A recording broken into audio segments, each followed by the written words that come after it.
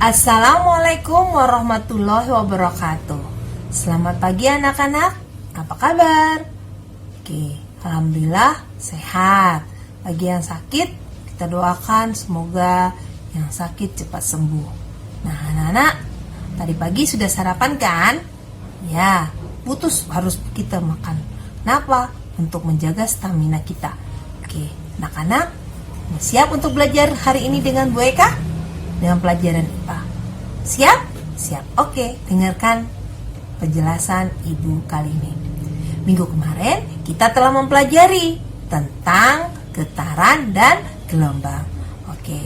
Nah, Ibu akan mereview kembali. Nah, apa itu gelombang?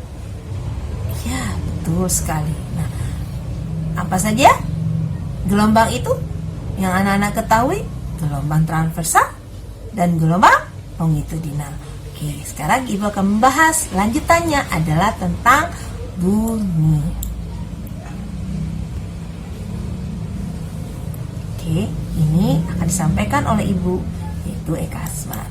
Nah, sebelum kita masuk ke materi selanjutnya, Ibu pertama kali akan menjelaskan dulu tentang peta konsep yang akan diajarkan materi kali ini. Yang pertama, bunyi. Bunyi itu berasal dari sumber bunyi melalui medium dan diterima oleh telinga kita. Kemudian bunyi memiliki cepat rambat yang tergantung juga kepada medium. Nah, bunyi memiliki ciri-ciri, ada kuat bunyi dan nada bunyi. Nah, kuat bunyi dipengaruhi oleh amplitudo, sedangkan nada bunyi dipengaruhi oleh frekuensi, yang ada frekuensi infrasonik, ultrasonik, dan audiosonik. Nah, bunyi dapat mengalami ada peristiwa ada pemantulan. Betul, pemantulan yang dapat menghasilkan gema dan gaung. Oke. Nah, sekarang kita akan masuk kepada pengertian bunyi. Nah, bunyi adalah gelombang longitudinal, hasil suatu getaran yang dapat merangsang indera pendengaran. Nih, seperti ini. Ibu berbicara, kedengaran kan? Berarti itu merupakan hasil suatu getaran. Nah, bunyi merambat harus memerlukan apa? Zat perantara atau media.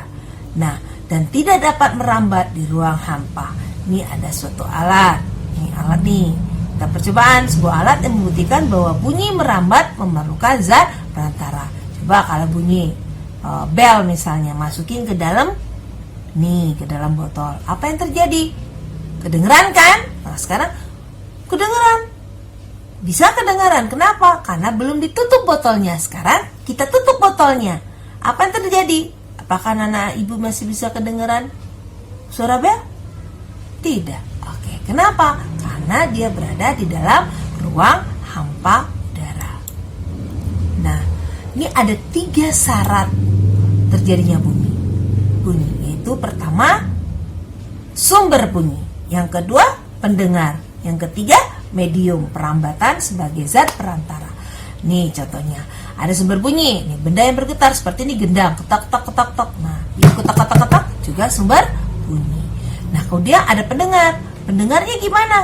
Nih ada orang, kalau misalnya dia tidak dapat mendengar dengan baik, apakah dia bisa mendengar kita berteriak atau berbicara kencang-kencang? Kedengeran nggak? Tidak akan kedengeran. Jadi harus mempunyai pendengaran yang baik. Kemudian ada medium perambatan. Nih seperti ini. Nah, sekarang kita bunyi, coba tepukan. Coba anak-anak tepuk tangan dulu. Taruh di telinga. Sampai nggak? Kedengeran nggak? Kedengeran. Berarti termasuk gelombang apa jenis bunyi itu? Ada yang tahu? Oke, kalau ada yang tahu, ya betul sekali, gelombang longitudinal. Nah, gelombang longitudinal seperti kita dijelaskan minggu kemarin adalah gelombang yang arah rambatannya sejajar dengan arah getarnya. Nah, ini contohnya pakai selingki. Ini selingki, lihat, digerakkan, rapat, renggang. Rapat, renggang, rapat, renggang. Nah, ini lebih jelas lagi. Nah, Nah, ini ada gelombang bunyi di udara. Kita menggunakan garpu talak. Kelihatan sekali anak-anak. Ini ada rapat, nih kelihatan rapat. Ada renggangnya. Oke. Nah, sekarang kita masuk kepada cepat rambat bunyi. Apa itu cepat rambat bunyi? Ya, jarak yang ditempuh dari sumber bunyi ke pendengar dalam selang waktu tertentu. Nah, cepat rambat bunyi dirumuskan adalah jarak tempuh dibagi dengan waktu. Dapat dirumuskan V sama dengan S per T. V itu apa? Cepat rambat bunyi. Satuannya meter per sekon. S adalah jarak yang ditempuh. Satuannya meter. T adalah waktu yang ditempuh. Satuannya sekon. Oke. Nah, sekarang Ibu akan kasih contoh soal seperti berikut. Ani melihat kilat atau petir ya, dan 3 sekon kemudian terdengar bunyi guru. Gunturnya kedengaran. Jika cepat rambat bunyi di udara 340 meter per sekon, berapakah jarak Ani dengan tempat terjadinya guru tadi atau petir tadi? Penyelesaiannya diketahui V sama dengan 300 meter per sekon. Apa itu V tadi? Cepat rambat bunyi. Kemudian waktunya berapa? 3 sekon. Nah, ditanyakan jarak Ani dengan tempat terjadinya petir. S, berarti rumusnya kita balik lagi ke sini. V sama dengan S per T. Nah, kita balik. Cari S bagaimana? S adalah V kali T sama yaitu 340 meter per sekon dikalikan dengan 3 sekon. Hasilnya berapa? 1020 meter. Ya, bagus. Sudah paham anak-anak? Oke, nanti kita akan latihan soal. Kemudian, Ibu akan masuk pada percobaan mengukur cepat rambat bunyi. Pada tahun 1934, 2 orang ahli fisika dari Belanda yang bernama Moll dan Van Beek melakukan percobaan mengukur cepat rambat bunyi di udara dengan menembakkan sebutir peluru dari meriam. Nah, dari percobaannya tersebut didapatkan hasilnya sebagai berikut dalam berbagai suhu. Pada suhu 0 derajat Celcius didapatkan cepat rambat bunyinya 331 meter per sekon. Dan pada suhu 15 derajat Celcius didapatkan cepat rambatnya 340 meter per sekon. Dan pada suhu 25 derajat Celcius didapatkan kecepatan rambatnya 347 meter per sekon. Nah, dari hasil percobaan tersebut, maka cepat rambat bunyi di udara tergantung kepada suhu udara. Betul, karena semakin tinggi suhu udara, nih kelihatan 0, 15, dan 25 derajat Celcius, apa yang terjadi? Suhu udaranya tinggi, berarti cepat rambat bunyinya juga besar. Dan sebaliknya, semakin rendah suhunya, maka semakin kecil pula cepat rambat udara.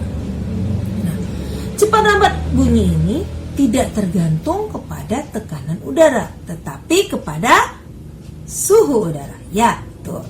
Nah, sekarang zat perantara bunyi. Nah, bunyi dapat didengar jika merambat melalui media. Betul kan? Tadi sudah ada syaratnya. Nah, sekarang kita dapat melihat bunyi itu didengarkan dengan zat padat, zat cair, dan gas. Nah, ini ada tabel dapat rambat bunyi dalam berbagai zat. Contohnya ya, misalkan udara 340 meter per sekon cepat rambat bunyinya. Helium 977 meter per sekon. Air 1500 meter per sekon. Marmer 3610 meter per sekon. Batu bata 3700 meter per sekon. Kayu 3850 meter per sekon. Aluminium 5000 meter per sekon. Besi 5120 meter per sekon. Dan baja 6000 meter per sekon. Nah, anak-anak ibu bisa lihat. Nah, berarti apa yang dapat disimpulkan sama anak-anak? Coba ibu dengar. Iya, betul. Bahwa zat padat mempunyai cepat rambat yang paling cepat daripada gas. Oke. Nah, ini dia. Bahwa cepat rambat bunyi paling cepat pada zat padat dan paling lambat di dalam gas. Hal ini disebabkan karena molekul-molekul pada zat padat lebih rapat daripada molekul-molekul zat cair, dan molekul-molekul pada zat cair lebih rapat daripada gas. Oke, yang paling cepat adalah zat padat. Betul sekali. Nah, ini contohnya perambatan bunyi pada zat padat, yaitu seperti benda dipukul atau benang yang dirambatkan pada kaleng dan dapat kita dengarkan. Itu contoh dari salah satu bunyi pada zat padat. Nah, sekarang zat cair. Nah, gimana contohnya? Oke, contohnya adalah saat kaleng dipukul dalam air, terdengar suara merambat melalui air, ya kan? Nah, Ibu dengarkan kan? Ya, oke. Sekarang perambatan bunyi di udara. Contohnya suara kita ini terdengar pada saat orang lain berbicara. Ini seperti ini, kayak Ibu sekarang berbicara, anak Ibu mendengarkan. Oke. Batas pendengaran manusia. Manusia memiliki keterbatasan pendengaran. Oleh karena itu, tidak semua benda yang bergetar bisa terdengar bunyinya oleh manusia. Nah, manusia hanya mampu mendengar bunyi dengan frekuensi 20 sampai 20 ribu Hz. Jadi, benda yang jumlah getarannya dalam 1 sekon kurang dari 20 Hz atau lebih dari 20 ribu Hz atau Hz tidak dapat terdengar oleh bunyinya oleh kita manusia. Oke, lanjut. Berdasarkan batas pendengaran manusia, bunyi dapat digolongkan menjadi 3, yaitu infrasonik, audiosonik, dan ultrasonik. Ini artinya apa? Infrasonik berarti bunyinya mempunyai frekuensinya kurang dari 20 Hz. Contohnya apa? Jangkrik, anjing, angsa, kuda, panda, gajah, dan lain-lain. Nah, antara 20 Hz sampai 20 ribu Hz inilah yang dapat didengarkan oleh kita manusia. Nah, lebih dari 20 ribu Hz itu namanya ultrasonik. Itu tidak dapat didengar manusia, tetapi dapat didengar oleh kelelawar dan lumba-lumba. Artinya gimana? Bahwa batas pendengaran manusia itu hanya 20 Hz sampai 20 ribu Hz. Nah, oke, sudah paham anak-anak? Oke, lanjut. Nah, ini contohnya. Anjing mampu mendengarkan infrasonik dan ultrasonik, sehingga anjing kadang dijadikan sebagai hewan penjaga rumah karena pendengarannya yang sangat kuat. Itu makanya anjing itu digunakan oleh polisi untuk mencari atau mencium atau ciri-ciri atau mencari fakta, bukti kalau ada kejahatan. Nah, yang kedua tentang kelelawar. Nah, ini kelelawar. Kelelawar menggunakan ultrasonik sebagai alat penyuara gema untuk terbang dan berburu.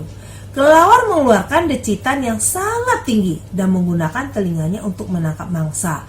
Gema itu memberitahukan kepada kelelawar mengenai lokasi mangsanya dan rintangan di depan musuhnya.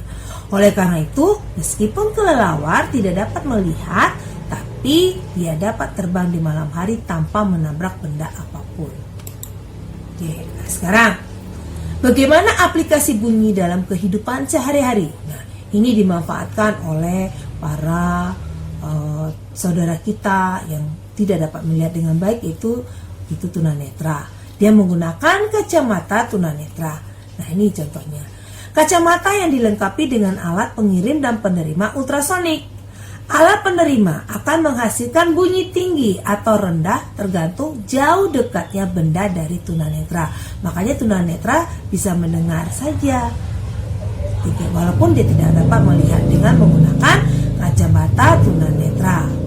Oke, selanjutnya, mengukur kedalaman laut. Nah, untuk mengukur kedalaman laut ini kita menggunakan alat namanya vatometer. Nah, ini seperti ini.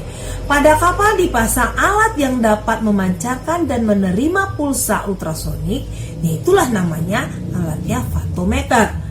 Ketika pulsa mengenai dasar laut, pulsa mengenai dasar laut dan pulsa itu akan dipantulkan kembali. Nih, dipantulkan kembali ke alat vatometer. Nah, dengan menghitung selang waktu kita dapat menentukan kedalaman laut tersebut.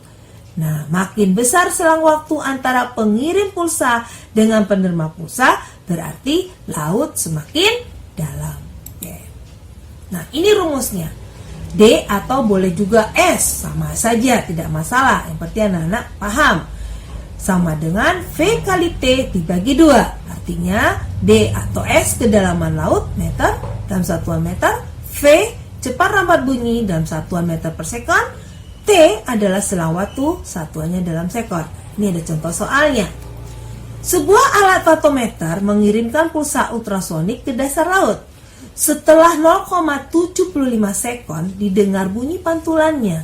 Apabila cepat rambat bunyi di dalam air 2500 meter per sekon, tentukan kedalaman laut tersebut. Ya, kita ketahui dulu pertama sekali adalah V-nya atau cepat rambatnya.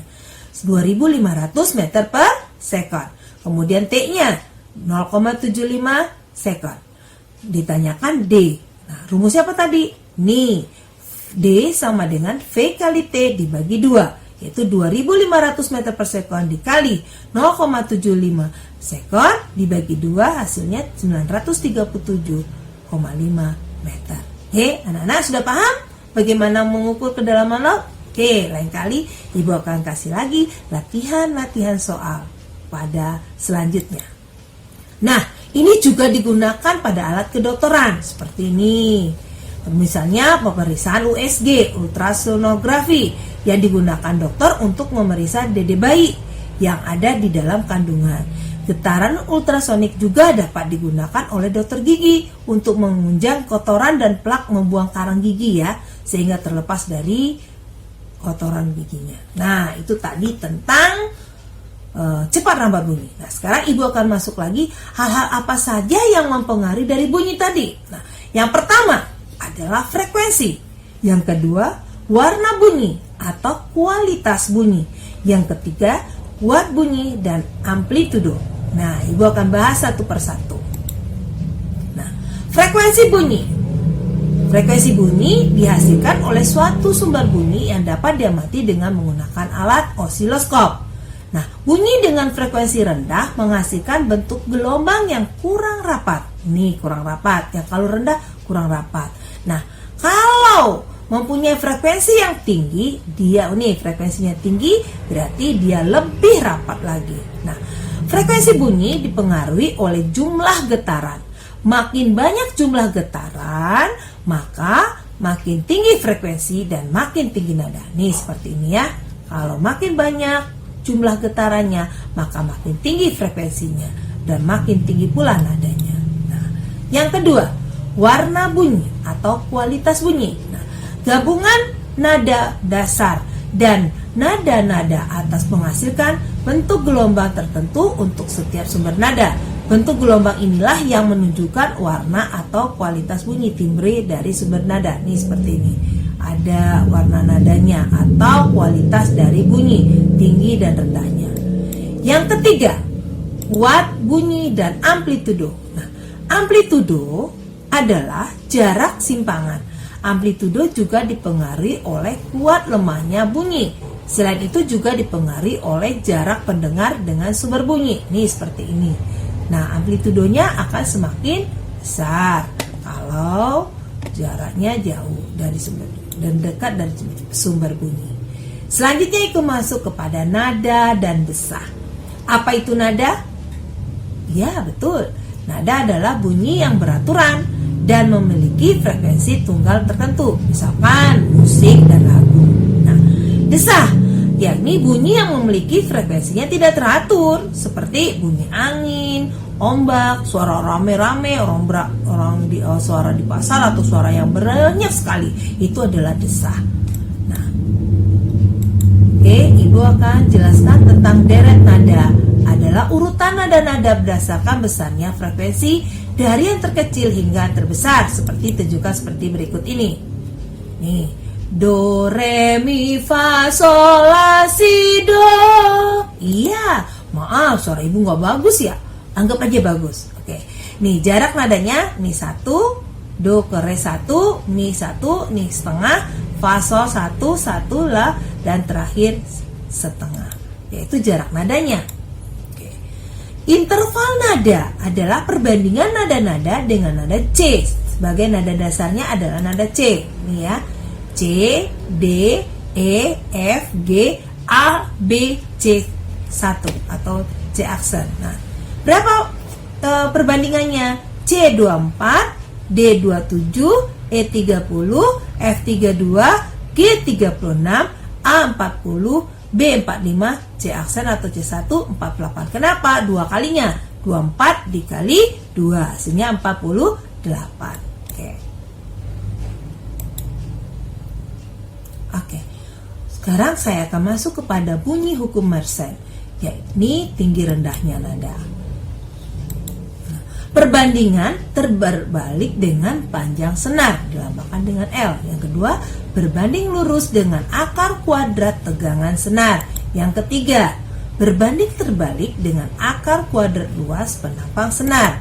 Nah, yang keempat, berbanding terbalik dengan akar kuadrat massa jenis senar atau dalam row. Nah, ini rumusnya. F sama dengan 1/2 kali L akar dari F dibagi A kali rho. Itu rumus dari hukum Mersenne. Sekarang Ibu akan bahas tentang macam-macam pemantulan bunyi. Sini akan Ibu bahas tentang bunyi pantul yang memperkuat bunyi asli, gaung dan kerda atau kerdam. Yang ketiga adalah gema. Oke, nah ini dia. Bunyi pantul yang memperkuat bunyi asli, yaitu bunyi pantul yang memperkuat bunyi asli terjadi apabila jarak antara sumber bunyi dengan dinding pemantul dekat. Nah, ini. Nah, sekarang Ibu masuk kepada gaung dan kerdam.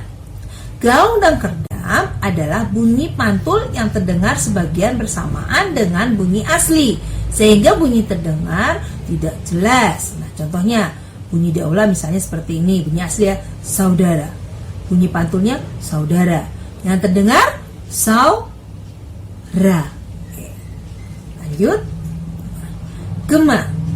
Nah, apa itu gema? Gema adalah bunyi pantul yang terdengar setelah bunyi asli. Gema terjadi apabila jarak antara dinding pemantul dengan sumber bunyi agak jauh. Contohnya bunyi di lereng gunung atau bukit. Oke. Nah, gimana anak-anak? Sudah paham apa yang Ibu jelaskan tentang bunyi? Tunggu latihannya dari Ibu. Demikian lebih kurangnya. Semoga pelajaran kali ini sangat bermanfaat buat anak-anak dan diaplikasikan ya. Oke? Mudah-mudahan anak Ibu tetap jaga kesehatan. Semangat! Terima kasih. Wassalamualaikum warahmatullahi wabarakatuh.